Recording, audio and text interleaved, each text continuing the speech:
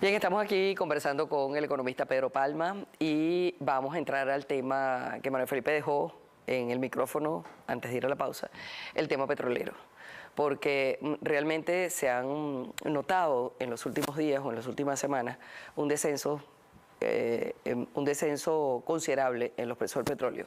Y ya sabemos lo que eso significa para la economía venezolana, que prácticamente, y no prácticamente, yo diría que casi exclusivamente, teniendo en cuenta cómo va la producción, se apoya pues en el ingreso petrolero.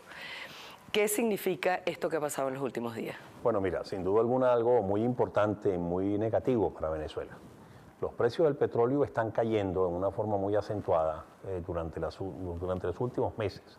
En el tercer trimestre del año particularmente comenzó un proceso de caída de los precios muy acentuado, producido por una situación de sobreoferta, de exceso de oferta de petróleo o de hidrocarburos en los mercados internacionales. Eso se debió a varios factores. Por un lado, el gran consumidor, el gran importador de petróleo, que son los Estados Unidos, pues han afianzado el incremento de su producción de crudos de esquistos, que llaman, en el estado de Dakota del Norte y otras regiones de los Estados Unidos. Eso ha hecho que los Estados Unidos reduzcan sus necesidades de importación en una forma importante, en cerca de unos 3 millones de barriles están importando menos. Eso ha hecho, por ejemplo, que países exportadores de petróleo a los Estados Unidos como Nigeria, que llegó a exportar hasta 1.200.000, 1.300.000 barriles al día en el año 2005, 2006, a mediados de la primera década de este siglo, hoy está exportando cero, no está exportando ni un barril a los Estados Unidos. Eso es algo tremendamente significativo. Después hay la economía china, que es el otro gran importador, está creciendo todavía en una forma muy importante, pero no tan intensamente como en el pasado, y eso ha bajado sus requerimientos de importación. Otros países como Libia, Irak han incrementado su producción y eso ha contribuido a la generación de esa situación de sobreoferta. Entonces hay una serie de factores que se han conjugado para presionar los precios a la baja. ¿Pero es simplemente coyuntural o podría mantenerse esa coyuntura? No es tan coyuntural, eso es una situación, digamos, la producción de los crudos de esquisto es una revolución en el mundo petrolero internacional y hay varios países que tienen ese tipo de crudos y que ahora con las tecnologías existentes están incrementando su producción en una forma importante.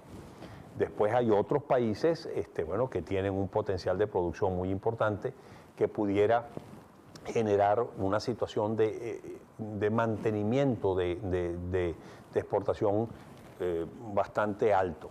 Después también hay otro factor, que es que Arabia Saudita, que tradicionalmente ha sido dentro de la OPEP el factor, digamos, de nivelador del mercado o mantenedor del mercado, contrario a lo que inicialmente ellos anunciaron, que era un recorte de producción para eliminar esa situación de sobreoferta, ahora están hablando de que no, que ellos lo que van es a defender mercados.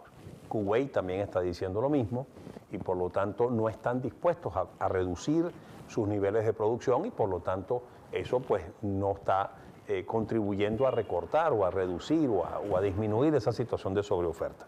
Por lo tanto sí se está viendo como algo más permanente, por lo menos digamos hasta el año 2015 se está previendo, los expertos petroleros hablan de que en el año 2015 puede ser un año de debilidad de los precios. ¿A cuánto va a llegar? Nadie puede predecir y yo muchísimo menos, que no soy un experto petrolero, me voy a aventurar a decir eso va a llegar a tanto. Pero hay expertos que hablan de que el precio promedio del Brent el año que viene pudiera estar en $85. Bueno, eso significaría que el precio promedio de la exportación venezolana podría estar más o menos en $75. Bueno, eso significa, si ese escenario se da, que es uno de los tantos escenarios que puede darse, eso significaría una caída sobre los precios promedio muy importante, una caída sobre los precios promedios de 16, 18 dólares por barril. Eso es algo tremendamente importante porque por cada dólar que cae el precio anual de exportación, en un año Venezuela pierde aproximadamente unos 500 millones de dólares de exportación.